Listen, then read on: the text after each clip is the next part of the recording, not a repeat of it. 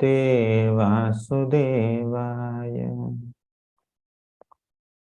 Om Namo Bhagavate Vasudevaya. Om Ajnanatimirandhasya Gnananjana Shalakaya Chakshurunmilitam Yena Tasmai Shri Gurave Namaha.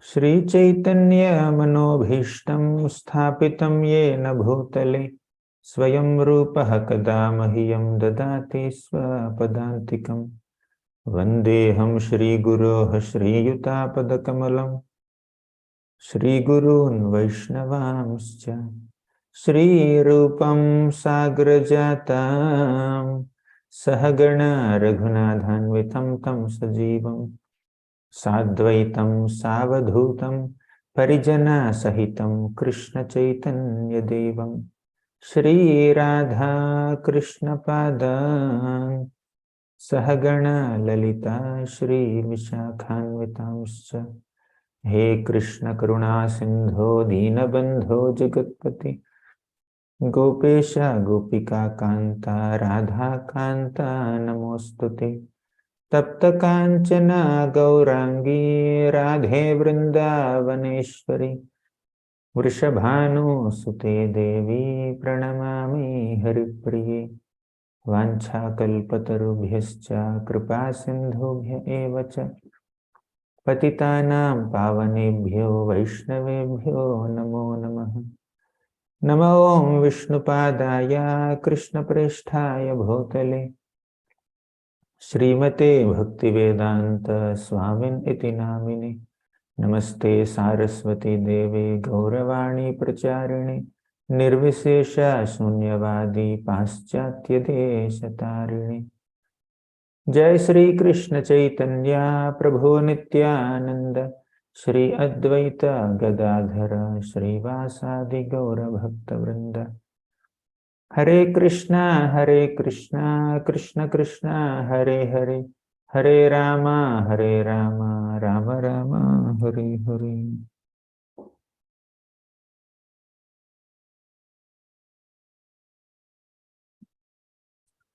Hare Krishna. My humble respects to all the devotees who have assembled for this short Japa talk on this auspicious Ekadasi day. So today we'll discuss on a topic, common topic, which is asked by several devotees and experienced by several devotees. That is, can we think of our services during Japa? So generally, the answer that we hear is no, okay, which is of course accurate answer. But let's discuss a little more deeply on this topic. Distractions in Japa for an average struggling sadhaka are quite common. It's not that we get tears of ecstasy while chanting the holy names. It's not that our hairs are standing on end while chanting the holy names at this stage. Sometimes a sadhaka also may experience some special ecstasy and happiness while chanting, especially while participating in kirtans on festival days. Yes, these are glimpses of pure emotions for Krishna. Even sadhakas also experience that, although we are not at bhava stage. However, generally an average sadhaka keeps struggling to focus on the sound vibration of the holy name, to think of Krishna with devotion while chanting the holy names. We are speaking his name only. We are saying Krishna, Krishna, Krishna, Krishna only. We are saying Hare Krishna, Krishna, Krishna, Hare Hare only. But we are not thinking of Krishna. We are thinking of 10 different things. So it's the experience of an average sadhaka. So what distracts one from Krishna or the holy name of Krishna during chanting is that the mind and the senses are very turbulent and very active, hyperactive, Okay, especially during japa. I'm sure someone must have experienced this. So while chanting, Prabhupada said multiple senses are engaged in the whole process of chanting. One is tongue, obviously. Second is hand, you're counting the beats. And third is ears, prominently, right? You're hearing you're at least endeavoring to hear. You're supposed to hear the vibration that we are only making. And ultimately the mind, the master of senses, that has to concentrate on the hearing. So like that, 4 faculties are involved, especially, right? Tongue, ears, hands, mind. However, there are other senses also. And these 4 senses are getting distracted. And there are other senses also that are distracting us. Tongue, while chanting, somebody comes, you feel like talking to that person. Tongue is not focusing. Ear, while hearing the sound vibration of Krishna, Krishna, Krishna, I mean, sometimes it may not focus. It wants to hear something else, what others are speaking. And naturally, hand, which is supposed to count, maybe right hand may count, but left hand, you may want to see something, you may want to check something, or you may want to just operate the laptop with left hand, or you want to do something else, you want to clean something, or you want to arrange the bed and other things. So the hands and legs start moving here and there sometimes. So the senses keep distracting us, and the mind that is supposed to focus on the holy name, that also keeps distracting us in multiple directions. So the senses and the mind and their distractions are very common for an average sadhaka who is trying to chant the holy names. So these senses and mind distract in multiple ways. Okay. But one of those distractions may even come in the form of thoughts of service and actions of service also. Okay. While chanting, our senses, means our hands, may want to do some service. Okay.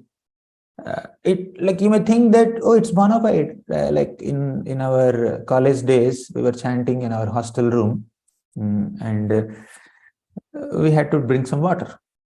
One devotee just got up and then was chanting with one hand. He took the bottle in another hand and then went and then filled the water from our fridge outside our hostel room, and then brought inside and gave it to other devotees. That's great. And after japa, this devotee was sharing that, anyways, I am not chanting the holy names properly. Anyways, my mind is getting distracted. At least during chanting, I did some service to devotees by bringing the water from there. So another devotee is a little senior person. He just kind of corrected, saying that at least your attempt to focus on the holy name must be there, right? So water bottle can be, you can fill water and bring even without chanting also. It may take 3-4 minutes, you go, bring, and then continue your chanting. Or you can keep a bottle before chanting, you can do it after chanting. Okay, you can chant while bringing water, but why should you bring water while chanting? There's a difference, right? Your counting is happening. You're counting on the beats, and your number is getting completed, and service is also getting completed. This is multitasking. So you are fetching water. That's great. While you are bringing water, you are chanting also without counting. That's great. That's amazing. But you want to complete your rounds also. You want to finish the count also, your commitment of 16, while parallelly you want to do 10 other things also. So that's a bit, that's a distraction in one sense. Emergencies are emergencies, but we are speaking about an average typical day of a sadhaka. So while chanting, sometimes we may feel distracted. We feel our senses distract us, and we think that it's a bona fide distraction. Yes, while chanting, I'm serving only. I'm not using my senses in anything else. I'm not doing any sense gratification, but I'm engaging my senses in seva also. And mind, let's come to the mind. While chanting, mind may think of 10 different things. Oh, this person has told me in this way, and it agitates me. You have some angry thoughts about some person. Someone must have appreciated you. You have some pleasant thoughts about another person while chanting. Okay. So while chanting, your mind also, your senses may be in control, but mind is not in control. Mind keeps going here and there. And you feel like thinking about service. So some thoughts during japa, we can easily recognize, okay, these are not very favorable for my chanting. We can easily recognize them, and at least we can attempt to eliminate them. But there are some thoughts which we feel that it's bona fide. I'm thinking of service. Okay, whole day I have this service. I may have book distribution service. I may have cooking service. I may have the service of deity worship. You may have 10 different services. You may be thinking of those services during chanting, and you feel that it's bona fide. Okay, and after all, we are chanting the holy names of Krishna. And while the meaning of chanting, the meaning of the mantra, the purpose of this chanting of this mantra is that we are begging Krishna and Radharani to engage them in service. While chanting only, I'm getting service. I'm thinking of service. That's amazing. We may think like that. Okay. But yes, the purpose of chanting is ultimately to develop that service attitude and love for Krishna, loving service. Okay. However, sometimes even when we are doing some service, sometimes even if we are thinking of some service while chanting, the mood is not necessarily devotional. The mood is not necessarily loving service. What happens is, by rendering some service, we may get some kind of appreciation by others. Oh, you have done this service so nicely. You are a good cook. You are a good speaker. You are a good manager. You are a good this, you are a good that, like that. Different devotees may engage in different services and they may get recognition for their service. But how many times do we get recognition for our chanting? Unless we are Haridas Thakur. Haridas Thakur is recognized for his chanting. He is the best example of chanting. But and there are some devotees who are very good at chanting and they also may be appreciated. But the point is, an average sadhaka is more identified with, more recognized for the service contribution rather than the chanting. So the mind sometimes may cheat us by saying that you are thinking of service, that's perfectly all right while chanting. However, an average immature sadhaka's mind is hankering for recognition. Okay, hankering for appreciation, hankering for adoration and public attention. Through service, I am getting all this attention. When I am doing this seva, many people are appreciating me. So I think of it. And also, even if you are not looking for appreciation, there is a sense of doership. There is a passion. Rajogun is there within to perform. So we become performance consciousness. We become performance conscious while chanting sometimes. So to summarize it all, it's a sense of doership mentality. I think I am the doer of this seva. I am doing this seva. I am the doer of this seva. So that's why I'm thinking about this seva. But chanting is best done in the mood of non-doership. Krishna is the doer. Only by his sanction, only by his blessings, only by his empowerment, anyone can do any service. Okay. My ability to render service to Krishna and Vaishnavas and the resources, the intelligence, the manpower, the money or whatever it may be needed for my service is actually arranged by Krishna. So let me take shelter of Krishna to give me the necessary strength to do that service. So although with our God-given intelligence and strength and resources, we try to serve Krishna, but chanting is the time where we are exclusively admitting that whatever I am doing is only by your grace. Right? I am not the doer. You are making me do things. I am an instrument in your hands. Nimitta matram bhavasavya sachin. So Krishna said, Tasmat sarveshu kaleshu mamanusmar yudhyacha. At all times you think of me and then you perform your duty also. So problem is that during chanting, which is the chanting period. The time of chanting is supposed to be the time for praying, time to recognize Krishna's affection, Krishna's blessings upon us, time to seek empowerment and blessings from Krishna. So if we take too much pride in our devotional achievements, devotional accomplishments, and if we think we are the doer, we are the accomplishers of all those services, we won't be able to chant effectively. So chanting is the time where we remind ourselves that we are dependent on Krishna. And we remind Krishna that, Krishna, I am dependent on you. Okay, I am in the mood of a dependent only.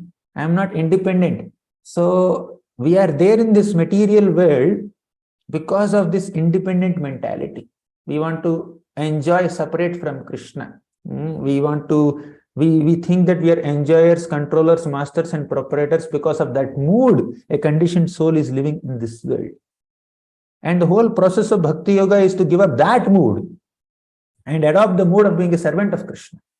I am not the enjoyer. You are the enjoyer. You are the master. I am the servant. Okay. And I am supposed to serve. So yes, you are supposed to serve, no doubt about that. But while chanting, you remind yourself that you are a servant who is serving Krishna by his empowerment. Because although you think that you are a servant, although you are rendering service, sometimes we may serve in the mood of a doer. Getting right? So we have to engage in service only. We have to have that service attitude. We have to engage in service only. But we need to recognize that even our ability and inspiration to render service also is coming from Krishna. So this is the time where I express my exclusive dependence on Krishna. Krishna, you please empower me to do this service. I am not the doer. Service is happening because of your grace. I am getting an opportunity to render service only by your grace. And I'm able to do some service only by your grace. Okay. And if I think I am the doer, I am the preacher, I am the teacher, I am the manager, I am the cook, I am the pujari, I am the book distributor, I am this, I am that. So if I identify myself like that, it's good to identify oneself as a servant of Krishna and good to render service, but service is happening only by Krishna's grace. So at this moment, let me just exclusively focus on the holy name of Krishna and seek empowerment from Krishna, seek blessings from Krishna, and keep aside my doership mentality.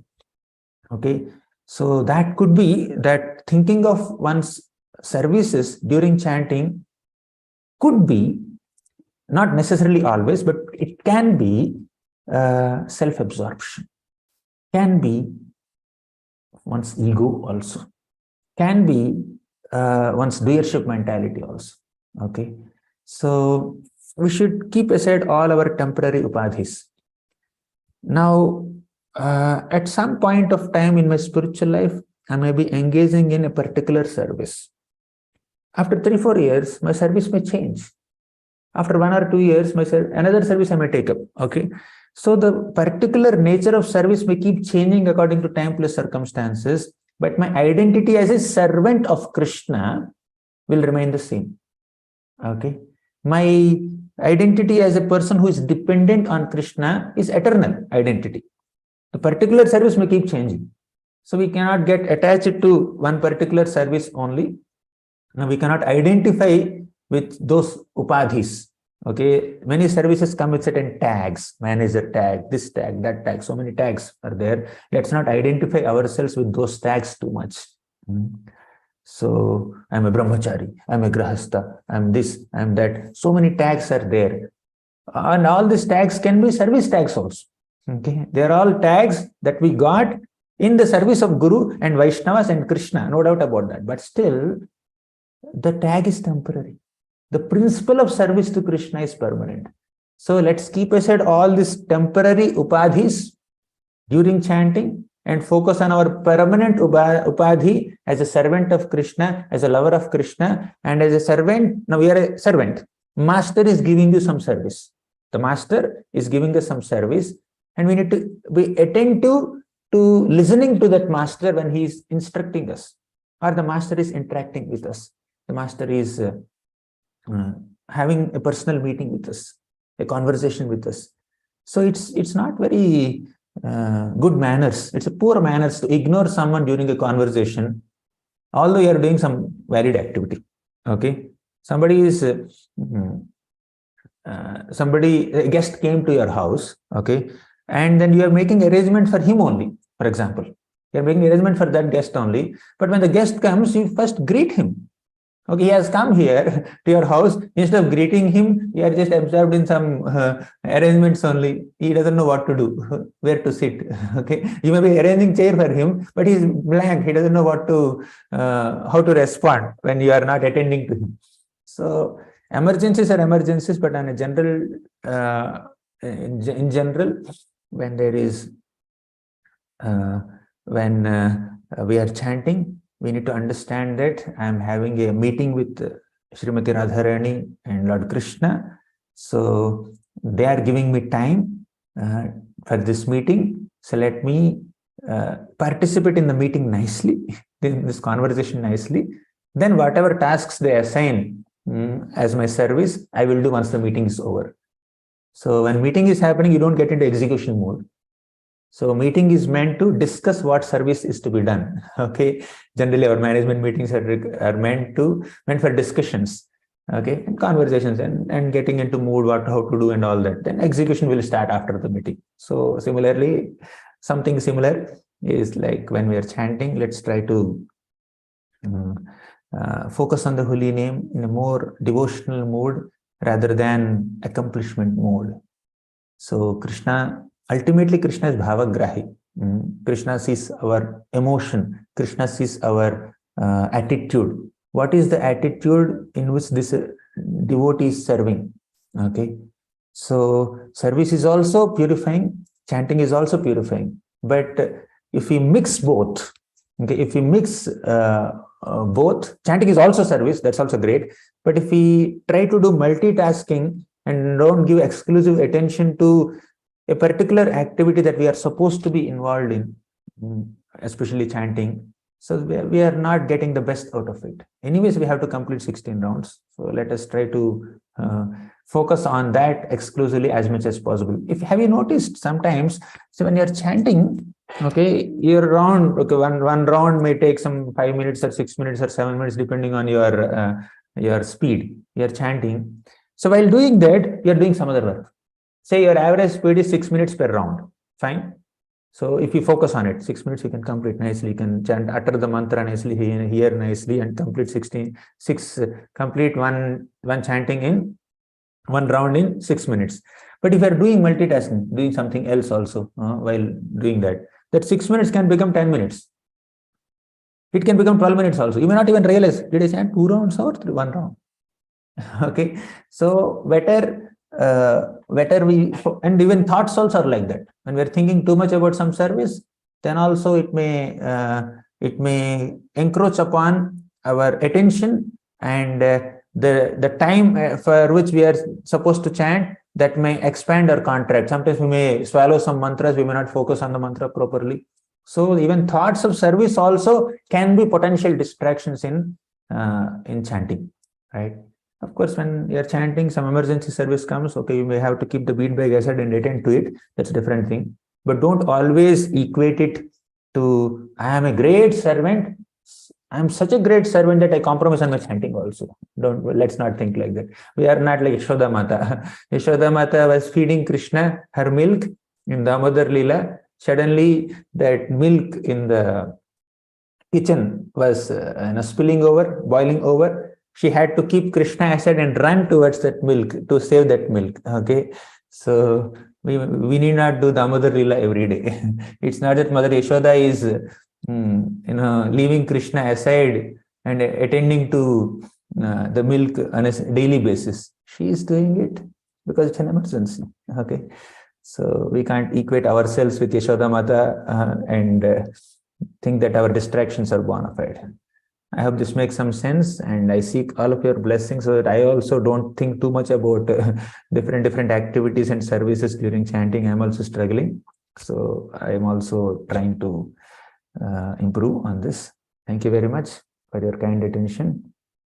Shri Harinam Prabhu ki jai. Hare Krishna. So we'll conclude.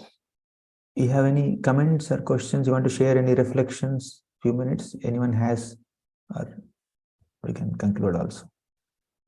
Okay. So we'll meet the next Ekadashi. Hare Krishna.